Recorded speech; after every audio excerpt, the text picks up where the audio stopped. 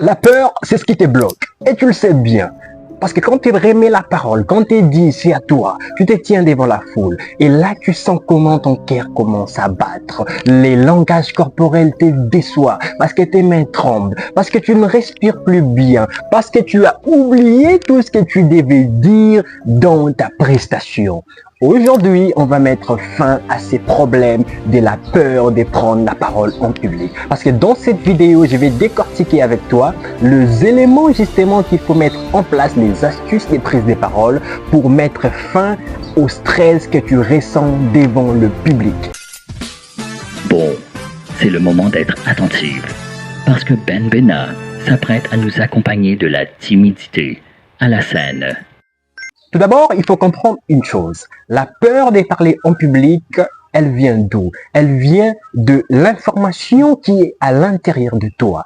Tout ce que cette peur-là te dit, c'est que est-ce que tu es prêt dans ce que tu fais? Est-ce que tu te sens capable justement de prendre la parole dans un tel contexte? C'est tout le message qui est transmis. Très important de comprendre ça parce que c'est la fondation même de tous les outils que nous allons voir pour surmonter cette peur en prise de parole en public. Le tout premier, en tout cas, l'un des astuces que je recommande dans mes formations, que ce soit des coachings privés, que ce soit dans les programmes d'immersion, que je recommande à mes clients, une technique en tout cas qui a permis à tous mes clients justement de dépasser la peur de prendre la parole en public, c'est la respiration diaphragmatique. C'est un terme compliqué, mais jetons ça à la poubelle. Tout ce que ça veut dire, c'est que il faut avoir une respiration ventrale.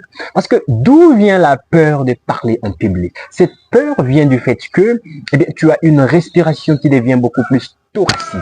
Donc tu bombes le torse quand tu parles et ça fait trembler ta voix. Ça te met dans la panique. Et l'information qui est renvoyée au niveau de ton cerveau fait à ce que tu oublies, tu paniques. Et donc la respiration diaphragmatique vient ici évacuer l'intensité de cette chaleur qui monte en toi. Mais également, cette respiration te permet de te détendre, d'apaiser tous les organes qui sont moteurs ou qui sont de la conséquence justement de la peur de prendre la parole en public. Comment les pratiquer? C'est très simple. Tu te mets sur ton lit, en tout cas à dos sur le lit, et à chaque fois, tu essaies de respirer en bombant les ventres. Tu essaies d'expirer, tu tires, tu remontes la pression. L'idée en faisant ça, c'est que tu puisses t'habituer au mieux à faire une respiration ventrale.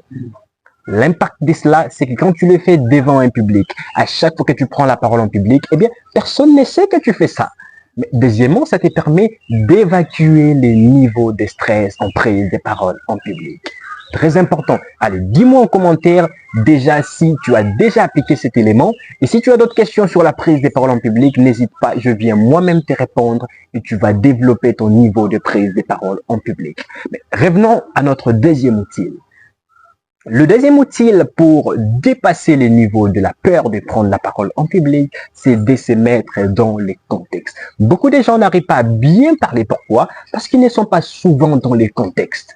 Ah ben oui, parce que prendre la parole, on parle de l'exercice de la parole, il faut d'abord se mettre dans les contextes de la parole. Je vous donne un exemple simple. Imaginez des joueurs qui doivent jouer un match de la Coupe du Monde.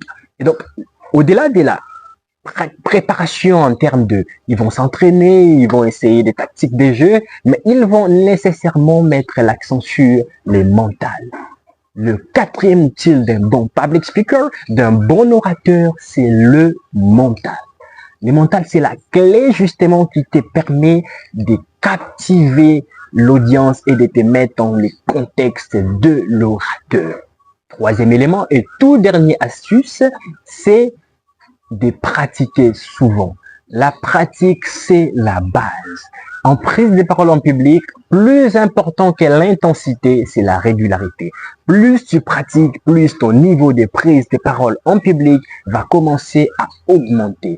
Abonne-toi sur la chaîne si tu veux développer ta prise de parole en public et n'hésite pas à me dire en commentaire si tu souhaites être accompagné.